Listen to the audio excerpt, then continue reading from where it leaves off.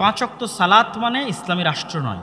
যে একটা ইসলামী রাষ্ট্রে সবাই পাঁচ ওয়াক্ত সালাত আদায় করে, এটা ইসলামী রাষ্ট্র নয়। একটা ইসলামী রাষ্ট্রে সবাই পর্দা করে, এটাও ইসলামী রাষ্ট্র নয়। ইসলামী রাষ্ট্র কোনটা? এগুলো তো থাকবেই, কিন্তু মৌলিকভাবে ইসলামী রাষ্ট্র কোনটা? যেই রাষ্ট্র তার শতভাগ নাগরিককে সমানভাবে ন্যায়পরায়ণতা, ন্যায় বিচার, সততা দিতে পেরেছে, ওটা ইসলামী রাষ্ট্র। জামাতি ইসলামে যোগদান করা ফরজ। জামাতি ইসলামে যোগদান না করলে তাকে হত্যা করা যাবে। জামাতি ইসলামে যোগদান না করলে তার জাহিলিয়াতের মৃত্যু হবে। জামাতি ইসলামে যে ব্যক্তি নাই, সে ইসলাম থেকে বের হয়ে গেছে। যদি এই কথাগুলো জামাতি ইসলামের ক্ষেত্রে প্রয়োগ করা যায়, তাহলে জামাতি ইসলামে যোগ দেওয়া জামাতবদ্ধ জীবনযাপন। আর যদি এই কথাগুলো জামাত ইসলামের ক্ষেত্রে প্রয়োগ করা না যায়, তাহলে জামাতি ইসলামে যোগ দেওয়া যদি কোনো বাতিল বা অন্য কিছু না থাকে, নেকির কারণ হতে পারে, কিন্তু জামাতবদ্ধ জীবনযাপন নয়। কথা কি আমার বুঝতে পারছেন আপনারা? আমি কি বুঝাতে পারছি? এবার চলেন আরও অন্য একটা দলের নাম বলি, তাবলিগ জামাত। যদি বলেন তাবলিগ জামাতে যোগ দেওয়া ফরজ, তাবলিগ জামাতে যে যোগ দেয়নি তাকে হত্যা করা যায়, তাবলিগ জামাত থেকে যে বিচ্ছিন্ন থাকবে সে জাহিলিয়াতের মৃত্যু হবে, তাবলিগ জামাত থেকে যে বের হয়ে যাবে সে ইসলাম থেকে বের হয়ে যাবে, যদি বলা যায়, তাহলে তাবলিগ জামাতের সাথে থাকা জামাতবদ্ধ জীবনযাপন। আর যদি বলা না যায়, তো তাবলিগ জামাতে যোগ দেওয়া নেকির কারণ হতে পারে যদি দলিলে প্রমাণিত হয় তাদের আমল এবং আকীদা, কিন্তু কখনোই জামাতবদ্ধ জীবনযাপন হতে পারে না। ওটাই জামাতবদ্ধ জীবনযাপন যার উপরে কথাগুলো বলা যাবে, কেন এই কথাগুলো আল্লাহর নবী জামাতবদ্ধ জীবনযাপনের জন্য বলেছেন। এইবার আমি আমাদের আহলুল হাদিস এবং সালাফি আলেম ওলামার সম্মানে আমি আমাদের কোনো কারো নাম উল্লেখ করলাম না, কিন্তু আপনি এই উদাহরণ থেকে প্রয়োগ করে নিতে পারবেন যে কেউ যদি দাবি করে যে এইটার সাথে থাকা জামাতবদ্ধ জীবনযাপন এবং তার জন্য এই হাদিসগুলো প্রয়োগ করে, তাহলে এই জিনিসগুলো, এই হুকুমগুলো তার উপর আরোপ করতে হবে। এই হুকুমগুলো যদি আরোপ না করা যায়, তাহলে ওইটার সাথে থাকা জামাতবদ্ধ জীবনযাপন দাবি করা একটা মিথ্যা দাবি এবং হাদিসের উপর অত্যাচার। আমি বলেছি আসমানের নিচে জমিনের উপর সবচেয়ে মাজলুম হাদিসগুলোর এক হাদিস হচ্ছে জামাতবদ্ধ জীবনযাপনের হাদিস। এবার আসেন, জামাতবদ্ধ জীবনযাপন যেহেতু ফরজ, সেহেতু জামাতবদ্ধ জীবনযাপনকে অবশ্যই সার্বজনীন হতে হবে। জামাতবদ্ধ জীবনযাপন যেহেতু ফরজ, সেহেতু জামাতবদ্ধ জীবনযাপন করাটা অন্য কারো ইচ্ছার উপর নির্ভরশীল হওয়া যাবে না। কি বুঝলেন? আমি বলি, সালাত আদায় ফরজ, তো পৃথিবীর যে কোনো প্রান্ত থেকে মানুষকে সালাত আদায় করতে পারতে হবে, নাহলে ফরজ মানুষ আদায় করবে কেমনে? যদি আমি সালাত আদায় করতে না পারি পৃথিবীর যে কোনো প্রান্ত থেকে, তাহলে ফরজটা আদায় করবো কেমনে? দুই, যেহেতু সালাত আদায় ফরজ, সেহেতু কারো ইচ্ছার উপর নির্ভরশীল হবে সালাত আদায় করাটা, যে ভাই উমুকে আমাকে অনুমতি দিলে আমি সালাত পড়তে পারবো, উমুকে অনুমতি না দিলে সালাত পড়তে পারবো না, তাহলে ফরজ আমি আদায় করবো কেমনে? তাহলে এটা কারো ইচ্ছার উপর নির্ভরশীল হওয়া যাবে না, এটা ফরজ। জামাতবদ্ধ জীবনযাপন ফরজ, অতএব এটা হবে সার্বজনীন। পৃথিবীর যে কোনো প্রান্ত থেকে যে চাইবে সে জামাতবদ্ধ থাকতে পারবে, থাকতে পারতে হবে যেহেতু ফরজ, এবং কারো ইচ্ছার উপর নির্ভরশীল হওয়া যাবে না। তাহলে এটা কেমনে ফরজ হবে? মানুষ কেমনে এটাকে আদায় করবে? আল্লাহ কোনো কিছুই আরেকজনের ইচ্ছার উপর নির্ভরশীল করে দেয় না, মানুষের নিয়তের উপর নির্ভরশীল করে দিয়েছে। যেগুলো মানুষের ব্যক্তিগত ইবাদত, সেগুলো আল্লাহ মানুষের নিয়তের উপর নির্ভরশীল করে দিয়েছে। আপনি সিয়াম রাখলে আপনাকে কেউ আটকাতে পারবে না, আপনি সালাত আদায় করলে আপনাকে কেউ আটকাতে পারবে না। কিন্তু আপনি যদি বলে দেন যে জামিয়া সালাফিয়াতে যুক্ত হওয়া জামাতবদ্ধ জীবনযাপন আমি আপনাকে আটকাতে পারবো না, কথা বলে না যে আমি আটকাতে পারবো না, পারবো, তাহলে এটা কিসের জামাতবদ্ধ জীবনযাপন যে ফরজ আদায় করার জন্য আমার স্বাক্ষরের মুখাপেক্ষী থাকতে হবে আপনাকে? বুঝেননি মনে হয় আপনি। এটা কিসের জামাতবদ্ধ জীবনযাপন যে ফরজ আদায় করার জন্য আপনি আমার মুখাপেক্ষী হবেন? এ কোন আল্লাহর বিধান? এ কোন রাসূলের বিধান? যেই ফরজ বাস্তবায়ন উনি বলে দিলেন, আর ওই ফরজ বাস্তবায়ন করার জন্য আমাকে মানুষের ইচ্ছার নির্ভরশীল হতে হবে? আমি তো আল্লাহর বান্দা, আল্লাহর গোলাম। কেন আল্লাহ আমাকে স্বাধীনভাবে জামাতবদ্ধ হতে দিবেন না? কেন দিবেন না? কেন অন্যের ইচ্ছার উপর নির্ভরশীল করে রাখবেন? এটা অযৌক্তিক। তাহলে অবশ্যই জামাতবদ্ধ জীবনযাপনকে সার্বজনীন হতে হবে, এবং জামাতবদ্ধ জীবনযাপনকে কারো বাপের পৈতৃক সম্পত্তি বানানো যাবে না, কোনো প্রতিষ্ঠানের পৈতৃক সম্পত্তি বানানো যাবে না। কোনো ব্যক্তি, গোষ্ঠী, দল, সংগঠন, ফাউন্ডেশন, সংস্থা, দেশ কোনো আলেম, কোনো শায়েখ কারো পৈতৃক সম্পত্তি বানানো যাবে না। এটা বান্দার সাথে আল্লাহর সম্পর্ক, জামাতবদ্ধ জীবনযাপন। বান্দা চাইলেই পারবে জামাতবদ্ধ জীবনযাপন করতে। কিভাবে পারবে? রাসূল সাল্লাল্লাহু আলাইহি ওয়াসাল্লামের হাদিস থেকে আমি দলিল দিব। একদম বক্তব্য সারমর্ম, দুইটা 10 থেকে 15 মিনিট সময় লাগবে এই বক্তব্য আপনার বুঝতে, এত সহজে আমি আপনাকে বুঝিয়ে দেব। দুটো বিষয়ের মাধ্যমে আপনি জামাতবদ্ধ থাকতে পারবেন। এক, দুটোরই পিছনে দলিল দিব। এক, 5 ওয়াক্ত সালাতে জামাতবদ্ধ থাকা। 2, রাষ্ট্রের আনুগত্যে থাকা। প্রথমত 5 ওয়াক্ত সালাতে জামাতবদ্ধ থাকার দলিল দিই। আবু দারদা রাদিয়াল্লাহু তাআলা আনহু থেকে বর্ণিত, তিনি বলেন, সামি'তু রাসূলুল্লাহ সাল্লাল্লাহু আলাইহি ওয়াসাল্লাম মা মিন সালাসাতিন ফি ক্বরিয়াতিন, এমন কোনো গ্রাম, এমন কোনো মরুভূমি যেখানে মাত্র 2 জন থেকে 3 জন মুসলমান বাস করে। এমন কোনো গ্রাম, এমন কোনো মরুভূমি, এমন কোনো জঙ্গল, এমন কোনো দ্বীপ যেখানে 2 থেকে 3 জন মুসলমান বসবাস করে, তাদের উপর ফরজ যে তারা আজান এবং ইকামত দিয়ে জামাত কায়েম করবে। আল্লাহর নবীর হাদিস। যদি তারা এই ফরজ বিধান বাস্তবায়ন না করে, যে কোনো একটা গ্রামে, কোনো একটা শহরে 2 জন মুসলমান আছে কিন্তু আজান ইকামত দিয়ে জামাত কায়েম করছে না, তাহলে পালবিহীন ভেড়াকে যেভাবে নেকড়ে বাঘে খেয়ে ফেলে, এই জামাত বিচ্ছিন্ন ব্যক্তিকে ওইভাবে শয়তান খেয়ে ফেলবে। আল্লাহর নবী সরাসরি জামাতের কথা বলেছেন, ফাআলাইকা বিল জামাআহ, তোমাকে 5 ওয়াক্ত সালাতের জামাতে অংশগ্রহণের মাধ্যমে জামাতবদ্ধ থাকতেই হবে। রাসূল সাল্লাল্লাহু আলাইহি ওয়াসাল্লামের হাদিস। আরেকটি হাদিস শুনুন, ইন্নাশ শাইতানা যিবুল ইনসান কাযিবিল গানাম ফাইয়াকুম ওয়াশআব ওয়া আলাইকুম বিল জামাআহ ওয়াল আম্মাহ ওয়াল মসজিদ। রাসূল সাল্লাল্লাহু আলাইহি ওয়াসাল্লাম বলছেন, শয়তান মানুষের জন্য নেকড়ে বাঘের মতো। নেকড়ে বাঘ যেভাবে জামাত বিচ্ছিন্ন ছাগলকে খেয়ে ফেলে, শয়তান ওইভাবে জামাত বিচ্ছিন্ন মানুষকে খেয়ে ফেলবে।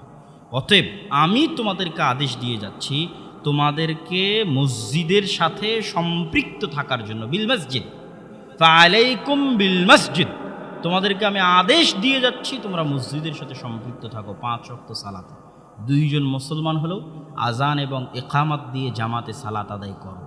রাসূল সাল্লাল্লাহু আলাইহি সাল্লামের এই 2টা হাদিস জ্বলন্ত প্রমাণ যে জামাতবদ্ধ জীবনযাপনের সর্বনিম্ন স্বরূপ হচ্ছে 5 ওয়াক্ত সালাতে জামাতে মসজিদে আদায় করা। মসজিদবদ্ধ জীবনযাপন জামাতবদ্ধ জীবনযাপনের স্বরূপ। কেন? মসজিদবদ্ধ জীবনযাপন সার্বজনীন। রাসূল সাল্লাল্লাহু আলাইহি ওয়াসাল্লাম বলে দিয়েছেন, জুইলাত লিয়াল আরজু মসজিদা, এই পৃথিবীর পূর্ব থেকে পশ্চিম, উত্তর থেকে দক্ষিণ আমার উম্মতের জন্য মসজিদ। বলেন আল্লাহু আকবার। মানে পূর্ব পশ্চিম উত্তর দক্ষিণের কোনো 2 জন মুসলমানকে কোনো মায়ের সন্তান জামাতবদ্ধ জীবনযাপনে বাধা দিতে পারবে না যে আজান এবং ইকামত দিয়ে জামাত কায়েম করবে। এবং আমি আরও স্পষ্ট করে বলি আপনাকে বুঝার সুবিধার্থে, যে মনে করেন আমি তাবলিগ জামাতের আমির, মনে করেন আমি জামাত ইসলামের আমির, মনে করেন আমি জামাত ইসলামের রুকুন। আমি আবারও বলছি, আমি তাবলিগ জামাতের ভাইদের কষ্ট দেওয়ার জন্য নয়, জামাত ইসলামের ভাইদের কষ্ট দেওয়ার জন্য নয়, আমাদের ভাইদের সম্মানে আমি তাদের নাম বলছি না, আপনাদের বুঝার সুবিধার্থে বলতেছি অন্যদের নাম উদাহরণ হিসেবে। কেউ যদি এই দলগুলোর আমির হয়, রুকুন হয়, এবং সে যদি মসজিদবদ্ধ না থাকে, 5 ওয়াক্ত সালাতে মসজিদবদ্ধ না থাকে, তাহলে সে জামাতবদ্ধ নয়। কথা মনে হয় বুঝতে পারেননি? তাহলে সে জামাতবদ্ধ নয়। আর মনে করেন আমি আপনি আফ্রিকার জঙ্গল, ইউরোপের কোনো দেশ, কোনো অজানা অচেনা কোনো জঙ্গলে 2 জন মুসলমান বাস করে, আজান এবং ইকামত দিয়ে জামাত কায়েম করে। আর যদি অন্য কোনো ভুল ত্রুটি না থাকে, তাহলে দুনিয়ার কোনো দল, দুনিয়ার কোনো সংগঠন ওই ব্যক্তিকে জামাতবদ্ধ জীবনযাপন করেনি এই অপরাধে জান্নাতে যেতে বাধা দিতে পারবে না। ও সবচেয়ে বড় জামাতবদ্ধ জীবনযাপনকারী যে আজান ইকামত দিয়ে 5 ওয়াক্ত সালাত জামাতে কায়েম করেছে। একদম উদাহরণ দিয়ে পরিষ্কার করে দিলাম যে জামাতবদ্ধ জীবনযাপনের সর্বনিম্ন স্বরূপ 5 ওয়াক্ত সালাত মসজিদে। 2, রাষ্ট্রের আনুগত্য। মুসলমানের জান ও মালের নিরাপত্তা রক্ষার খাতিরে কেন্দ্রীয় শাসন ব্যবস্থার অধীনে থাকা ইসলামের দৃষ্টিতে ফরজ। 1 সেকেন্ডের জন্য নেতাবিহীন থাকা যাবে না, মানে রাষ্ট্রীয় ক্ষমতা সম্পন্ন নেতাবিহীন 1 সেকেন্ডের জন্য থাকা যাবে না। থাকলেই নিরাপত্তার অধপতন হবে, রক্ত প্রবাহিত হবে, মা বোন ধর্ষিতা হবে, যেমনটা সিরিয়াতে হচ্ছে, যেমনটা লিবিয়াতে হচ্ছে, যেমনটা ইয়েমেনে হচ্ছে। তারা রাষ্ট্রীয় নেতার বিরুদ্ধে অস্ত্র উত্তোলন করেছে। অস্ত্র উত্তোলন করাতে নিরাপত্তা ধ্বংস হয়ে গেছে। ধ্বংস হওয়াতে ইহুদি খ্রিস্টানের হাতেও অত মা বোন ধর্ষিতা হয়নি, অত মুসলমান হত্যা হয়নি। 1 মুসলমানের হাতে যত মুসলমান নিহত হচ্ছে, বলে নাউজুবিল্লাহ। এই জন্য কেন্দ্রীয় শাসন ব্যবস্থা ফরজ। তাহলে যেখানেই কেন্দ্রীয় শাসন ব্যবস্থা আছে, আপনি বাস সেটাকে মেনে নিলেন, এটার জন্য কারো কাছে যাওয়া লাগবে না, কারো কাছে কিছু করা লাগবে না, আপনি মেনে নিলেন, তার বিরুদ্ধে অস্ত্র উত্তোলন করলেন না, আপনি জামাতবদ্ধ আছেন। রাষ্ট্রের অধীনে জীবনযাপন করা সার্বজনীন, সবার পক্ষে সম্ভব। যে পৃথিবীর যে প্রান্তে আছে যে কোনো মুসলমান তার উপরে থাকা কেন্দ্রীয় শাসন ব্যবস্থাকে মেনে নিল, ও জামাতবদ্ধ আছে। এবং জামাতবদ্ধ থাকার এটা সর্বোচ্চ স্তর। আপনি চলমান বর্তমান যে ফাসেক রাষ্ট্র আছে, তথা আমাদের মুসলিম রাষ্ট্রগুলো এখন ফাসেক রাষ্ট্র, এগুলো একটাও ইসলামী খেলাফার আদলে চলে না। ইসলামী খেলাফার ওপর গত কয়েকদিন আগে পাতিরাতে আমি বক্তব্য দিয়েছিলাম, এবং আর একটা হচ্ছে ব্রাইদে বক্তব্য দিলাম, যেখানে বলেছি যে 5 ওয়াক্ত সালাত মানে ইসলামী রাষ্ট্র নয়। যে একটা ইসলামী রাষ্ট্রের সবাই 5 ওয়াক্ত সালাত আদায় করে, এটা ইসলামী রাষ্ট্র নয়। একটা ইসলামী রাষ্ট্রের সবাই পর্দা করে, এটাও ইসলামী রাষ্ট্র নয়। ইসলামী রাষ্ট্র কোনটা? এগুলো তো থাকবেই, কিন্তু মৌলিকভাবে ইসলামী রাষ্ট্র কোনটা? যেই রাষ্ট্র তার শতভাগ নাগরিককে সমানভাবে ন্যায়পরায়ণতা, ন্যায় বিচার, সততা দিতে পেরেছে, ওটা ইসলামী রাষ্ট্র। তা আমাদের এগুলো তো ইসলামী রাষ্ট্র নয়, এগুলো তো ফাসেক রাষ্ট্র। এখানে না দিন আছে, না ধর্ম আছে, না এখানে মানুষের ন্যায় বিচার আছে। কিন্তু এই ফাসেক রাষ্ট্র জামাতবদ্ধ জীবনযাপনের স্বরূপ হতে পারে যতক্ষণ এই ফাসেক রাষ্ট্রকে আপনি কাফের না বলছেন, যতক্ষণ এই ফাসেক রাষ্ট্রকে আপনি দারুল কুফুর না বলছেন, যেটা দারুল কুফুর হয়ে গেছে, এর যে নেতা সে কাফের হয়ে গেছে, এটা ওপেন ঘোষণা দিয়ে বলতে হবে। তবেই আপনি আর একটা 10 জন 15 জন মিলে জামাতবদ্ধ জীবনযাপনের স্বরূপ দাঁড় করাতে পারবেন। তবেই আপনি আর একটা দায়িত্ব নিয়ে বলতে পারবেন যে হ্যাঁ, আমার এটা জামাতবদ্ধ জীবনযাপন, আমি এটার নেতা, তোমরা আমার আনুগত্য করো, তোমরা আমার কথা শোনো। এটা কখন বলতে পারবেন? তখনই বলতে পারবেন যখন এই রাষ্ট্রকে আপনি কাফের রাষ্ট্র বলে দিবেন, এই রাষ্ট্রের নেতাকে কাফের বলবেন, এই রাষ্ট্রকে দারুল কুফর বলবেন। কিন্তু যখন এই রাষ্ট্রকে দারুল কুফর বলবেন না, এই রাষ্ট্রের নেতাকে কাফের বলবেন না, ফাসেক মুসলিম বলবেন, ফাসেক মুসলিম রাষ্ট্র বলবেন, আবার আপনিই 10-15 জন মিলে বলবেন যে না, আমার এটা জামাতবদ্ধ জীবনযাপন, সেটা জামাত ইসলামী হোক, সেটা তাবলিগ জামাত হোক, আর যেই হোক, তখন সবচেয়ে বড় সমস্যা কি দাঁড়াবে জানেন? রাসূল সাল্লাল্লাহু আলাইহি ওয়াসাল্লাম বলেছেন, একই এলাকায় একই সাথে 2 জন যদি নেতৃত্বের দাবিদার হয়, আনুগত্যের দাবিদার হয়, রাষ্ট্রীয় ক্ষমতার দাবিদার হয়, জামাতের দাবিদার হয়, তাহলে আর একজনকে তোমরা হত্যা করো। এখন কোথায় যাবে? একই সাথে একই জায়গায় একই এলাকায় রাষ্ট্রীয় ক্ষমতার দাবিদার, জামাতবদ্ধ জীবনযাপনের দাবিদার, ইমারাতের দাবিদার একের অধিক ব্যক্তি হতে পারবে না। যদি আমি আজকে এখানে একটা নতুন ইমারত খুলতে চাই, আল ইমার আল ইসলামিয়াহ বে আফগানিস্তান, এরকম আজকে আমি আবদুল্লাহ আজকে এখানে নতুন একটা ইমারত খুলবো আপনাদেরকে নিয়ে, আল ইমার আল ইসলামিয়া বে বাংলাদেশ, এটা কখন খুলতে পারবো? আপনাদের কাছে বায়াতও নিতে পারবো, আপনারা আমার অধীনে আমার অনুসরণও করতে বাধ্য, আমার সাথে জিহাদও করতে বাধ্য। এটা কখন করতে পারবো? যখন আমি ওপেন ঘোষণা দিব এই রাষ্ট্র কাফের, এই রাষ্ট্রের নেতা কাফের। বুঝেননি মনে হয় আমার কথা? এটা যদি আমি ওপেন ঘোষণা না দিতে পারি, তাহলে এটা তো আমার মুনাফিকি। ঘোষণাও দিতে পারছি না, আবার আমি আর একটা জামাত কায়েম করে রেখেছি যে আমি এটা আমার সাথে থাকলে তোমরা জামাতবদ্ধ জীবনযাপন করবো, আমার আনুগত্য করা তোমাদের জন্য জরুরি, যেমন আল্লাহ রাসূলের আনুগত্য করা জরুরি। এটা একসাথে দুটো যদি হয়ে যায়, রাসূল সাল্লাল্লাহু আলাইহি ওয়াসাল্লাম বলেছেন আরেকজনকে হত্যা করতে হবে। আর জামাতবদ্ধ জীবনযাপনের যে রাষ্ট্র, এই রাষ্ট্রের যিনি দায়িত্বশীল হবেন, যিনি দাবি করবেন যে আমি এই জামাতবদ্ধ রাষ্ট্রের একজন প্রাইম মিনিস্টার বলেন, আমির বলেন, প্রধানমন্ত্রী বলেন, মালিক বলেন, বাদশাহ বলেন, ওয়াজির বলেন, অবশ্যই তার হুদুদ বাস্তবায়ন করার ক্ষমতা থাকতে হবে। হদ জারি, চুরি করলে হাত কাটতে পারবে, জেনা করলে রজম করতে পারবে, এটা থাকতে হবে। এটা ছাড়া ইসলামের ইতিহাসে গত 1400 বছরে পাওয়া যায় না যে কারো কাছে এরকম রাষ্ট্র ক্ষমতা নাই, হুদুদ বাস্তবায়ন করার ক্ষমতা নাই, আর সে জামাতবদ্ধ জীবনযাপনের দাবিদার হয়ে আছে এবং মানুষের আনুগত্যের দাবিদার হয়ে আছে। এটা ইসলামের ইতিহাসে গত 1400 বছরে পাওয়া যায় না। এবার আমি আমার বক্তব্যের শেষের দিকে চলে আসি। তাহলে আমাদের অবস্থান কি? অনেক সময় অনেকে ভুল বুঝে যে আমরা হয়তো সংগঠন বা দল বিরোধী কথা বলি। না, ওয়াল্লাহে আমরা সংগঠন বা দল বিরোধী নই, কখনোই না। আমি বক্তব্যের শুরুতে আপনাকে উদাহরণ দিতে দিতে জামিয়া সালাফিয়ার কথা বলেছি, উদাহরণ দিতে দিতে সালাফি কনফারেন্সের কথা বলেছি, জামাত ইসলামের কথা বলেছি, তাবলিগ জামাতের কথা বলেছি। যদি 3টা বা 4টা শর্ত আমরা পূরণ করতে পারি তাহলে যে কোনো প্রকার দল সংগঠন করলে ইসলামের জন্য নেকি হবে। সেই 3-4টা শর্ত কি? নির্দিষ্ট কোনো দল বা সংগঠনকে জামাতবদ্ধ জীবনযাপনের মানদণ্ড মনে করা যাবে না। নির্দিষ্ট কোনো দলের জন্য জামাতবদ্ধ জীবনযাপনের হাদিসগুলো প্রয়োগ করা যাবে না। প্রয়োগ করলে এটা আল্লাহর নবীর উপর অযথা মিথ্যা অপবাদ দেওয়া হবে, শুধু হাদিসগুলোকে বিকৃতি করা হবে, অযথা হাদিসগুলো নিয়ে টানাছাড়া করা হবে। সবাই করছে। জামাত ইসলামের ভাইরাও জামাতবদ্ধ জীবনযাপনের বই লিখেছে, তারা তাদের দলে যুক্ত হওয়াকে জামাতবদ্ধ জীবনযাপন বলেছে। তাবলিগ জামাতের মধ্যে যখন 2 ভাগ হয়ে গেল, মাওলানা সাদ কান্ধেলেবি, তখন তার অনুসারীরা বড় বড় বই লিখলেন জামাতবদ্ধ জীবনযাপনের উপর, আর তাবলিগ জামাতের সাথে থাকাকে জামাতবদ্ধ জীবনযাপন বললেন। এভাবে সবাই যদি আমরা আমাদের সাথে থাকাকে জামাতবদ্ধ জীবনযাপন বলি তাহলে সব মুসলমান হত্যার যোগ্য অপরাধী। বুঝেননি মনে হয়? সব মুসলমান কিসের যোগ্য অপরাধী? হত্যার যোগ্য অপরাধী, আল্লাহর নবীর হাদিস অনুযায়ী। সুতরাং এই পাগলামি করা যাবে না, এই পাগলামি থেকে আমাদের বের হয়ে আসতে হবে।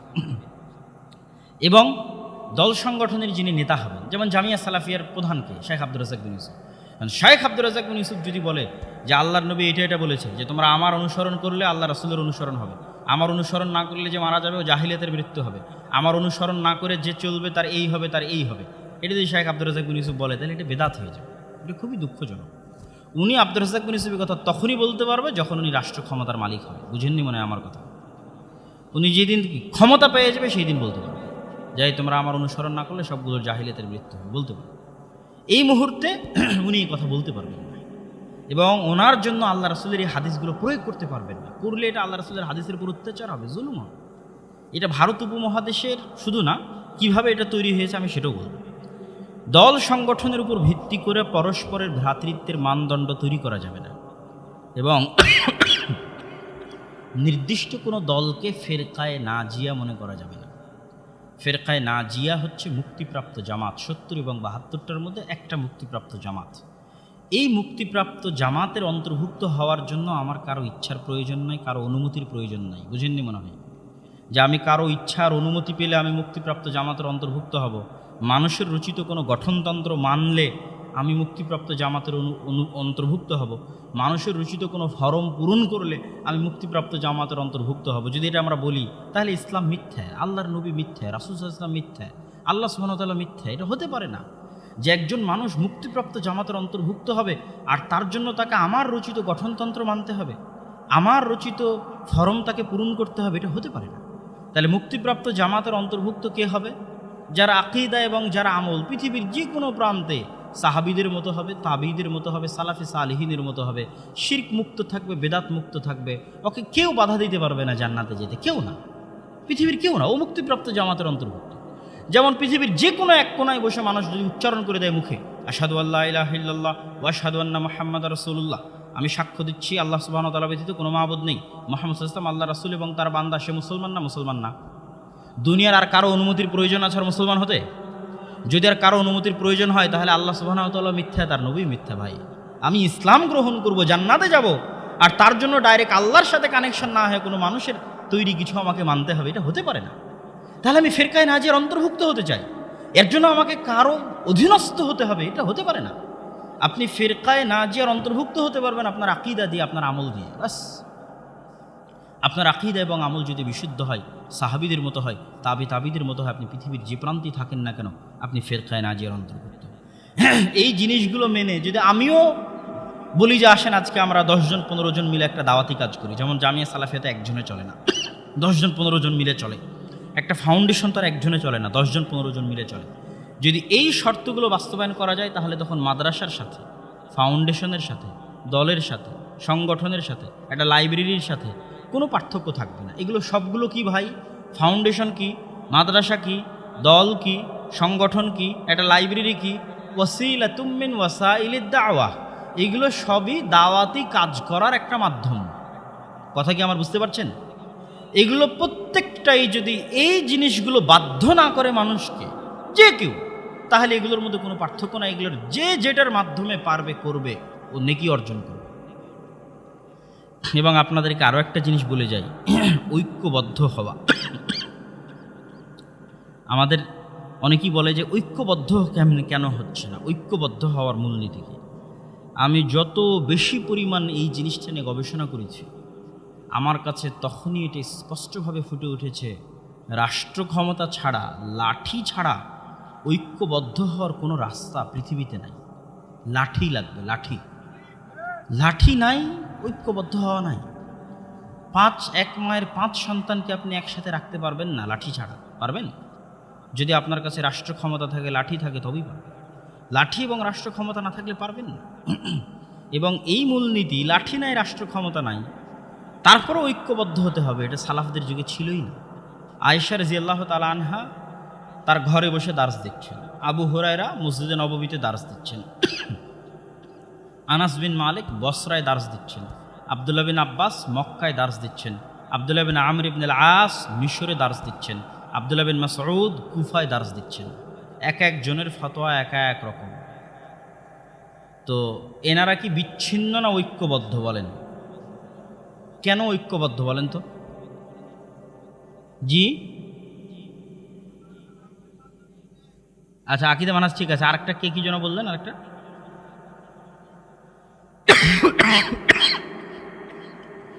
এক রাষ্ট্রীয় ক্ষমতার অধীনে তারা জীবনযাপন করছে। বুঝেননি মনে হয়? ওমর রাদিয়াল্লাহু তাআলা আনহু খলিফাতুল মুসলিমিন, আবু বকর খলিফাতুল মুসলিমিন, উসমান খলিফাতুল মুসলিমিন, আলী খলিফাতুল মুসলিমিন। এই এক খলিফার অধীনে আয়েশাও আছে। এই এক খলিফার রাষ্ট্রীয় কেন্দ্রীয় শাসনের অধীনে আব্দুল্লাহ বিন আমর ইবনে আল-আসও আছে। এই এক খলিফার অধীনে আব্দুল্লাহ বিন মাসউদ ও কুফায় আছে। এই এক খলিফার অধীনে আব্দুল্লাহ বিন আব্বাস ও মক্কায় আছে। এদের ফতোয়া যতই ভিন্ন হোক, এদের দাওয়াতি কাজ যতই ভিন্ন হোক, এরা ঐক্যবদ্ধ কেন? এদের কেন্দ্রীয় শাসন ব্যবস্থা এক, এবং ওটা জামাতবদ্ধ। ওটাই জামাতবদ্ধ জীবনযাপনের মানদণ্ড। এটার আরও একটা ছোট্ট উদাহরণ আপনাকে দিই। আবু বকর রাদিয়াল্লাহু তাআলা আনহু যখন যাকাত অনাদায়কারীদের বিরুদ্ধে যুদ্ধ ঘোষণা করলেন, ওমর রাদিয়াল্লাহু তাআলা আনহু বললেন, এরা তো সব কালেমা পড়েছে, কেন এদের হত্যা করবেন? আবু বকর রাদিয়াল্লাহু তাআলা আনহু বললেন, এরা যদি ওই রশিও না দেয় উটের, তো ওই রশির জন্য এদের হত্যা করবো, আমি যুদ্ধ করব। কেন? আবু বকর হচ্ছে খলিফাতুল মুসলিমিন, উনি এক খলিফা হিসেবে তার অধীনে রাষ্ট্র চালাচ্ছে। এই খলিফার আনুগত্য যে করবে না, ওর জন্য এবার আল্লাহ রাসূল বলছেন এই হাদিসগুলো। খালি এই হাদিসগুলো শুনেন, এই আগের হাদিসগুলো মিলান আর এই হাদিসগুলো মিলান, যে এই হাদিসগুলো রাসূল সাল্লাল্লাহু আলাইহি ওয়াসাল্লাম এই খলিফার জন্য বলতেছেন।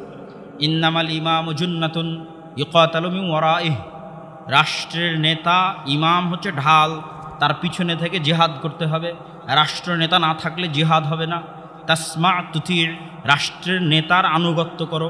ওয়াইন জুরিবা জাহরুক, যদিও সে তোমার পিটায়।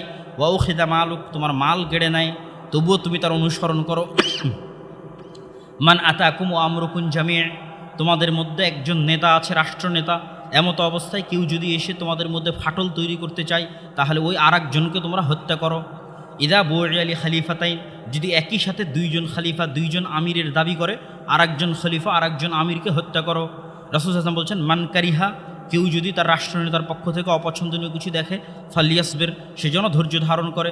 ফা ইন্না লাইসা আহাদুম মিনান নাসি খারাজা মিনাস সুলতানি শিবরান, কেননা মানুষের মধ্যে কেউ যদি কেন্দ্রীয় শাসন ব্যবস্থা থেকে 1 বিঘত পরিমাণ বের হয়ে যায়, ফামাতা আলাইহি, তাহলে কেন্দ্রীয় শাসন ব্যবস্থা থেকে 1 বিঘত বের হয়ে গেল, ও জাহিলিয়াতের মৃত্যুবরণ করবে। মান আতা আমিরি, যে ব্যক্তি রাষ্ট্রের নেতা খলিফার অনুসরণ করবে, ফাকাদ আতা আনি, সে আমার অনুসরণ করবে। অমান আসা, আর যে রাষ্ট্রের খলিফার অনুসরণ করবে না, সে আমার অনুসরণ করবে না। কত হাদিস নেবেন, কিতাবুল ইমারা, সহিহ মুসলিম অধ্যায়গুলো সব কিতাবুল ইমারায় আছে। আর আগের হাদিসগুলো তো পড়লেনি। জামাতবদ্ধ নাই যে তাকে হত্যা করা যাবে, জামাতবদ্ধ নাই যে সে জাহিলিয়াতের মৃত্যু হবে। তাহলে এখন আবু বকর রাদিয়াল্লাহু তাআলা বলছে তোমাদের যাকাত আমার কাছে দিতে হবে। এখন কেউ যদি বলে আমি আপনার কাছে দিব না, তাহলে ও কি হয়ে গেল? বলেন তো কি হয়ে গেল? জামাত বিচ্ছিন্ন হয়ে গেল। কি হয়ে গেল? জামাত বিচ্ছিন্ন হয়ে গেল, ও খারিজি। ভাই আমরা খারিজি বলি কেন? খারিজি মানে খারেজ আনিল জামা, জামাত থেকে বের হয়ে গেছে। খারিজি মানে খারেজ আনিল জামা, জামাত থেকে বের হয়ে গেছে। আলী রাদিয়াল্লাহু তাআলা রাষ্ট্রনেতা, ওর বিরুদ্ধে যুদ্ধ করবে, তাহলে সে খারিজি না? জামাত থেকে বের হয়ে যায়নি? ওর উপরে হাদিসগুলো প্রয়োগ হবে, ওর উপর আমিরের হাদিস প্রয়োগ হবে, ওর উপর জামাতবদ্ধ জীবনযাপনের হাদিস প্রয়োগ হবে, আর ওকে হত্যা করা যাবে? কত দলিল নিবেন? কিন্তু ওই যে ভিন্ন ভিন্ন ফতোয়া দিচ্ছে, ভিন্ন ভিন্ন দাওয়াতি কাজ করছে, এরা সব ঐক্যবদ্ধ আছে।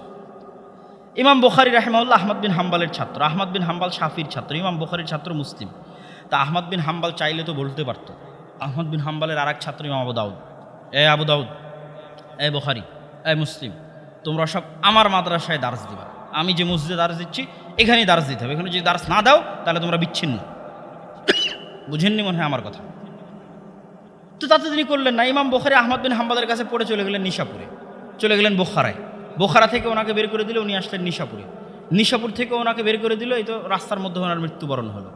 তারপরে ইমাম আবু দাউদ বাগদাদ বসরায় দার্স দিতে লাগলেন, ইমাম মুসলিম তার নিজ শহরে দার্স দিতে লাগলেন।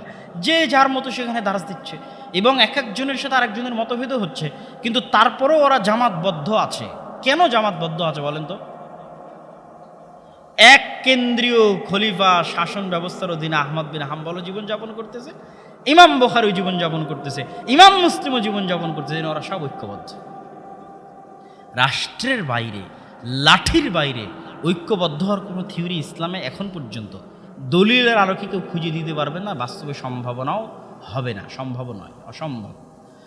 বরং কি হবে? ঐক্যবদ্ধ কি? আপনি আকীদা এবং মানহাজ এক, আপনি আরেকজনের বিরুদ্ধে মারামারি করছেন না, আরেকজনকে গালিগালাজ করছেন না, আরেকজনকে ছোট করছেন না, তাহলেই আপনি এক রাষ্ট্রীয় ব্যবস্থার অধীনে থাকার জন্য ঐক্যবদ্ধই আছেন, জামাতবদ্ধই আছেন।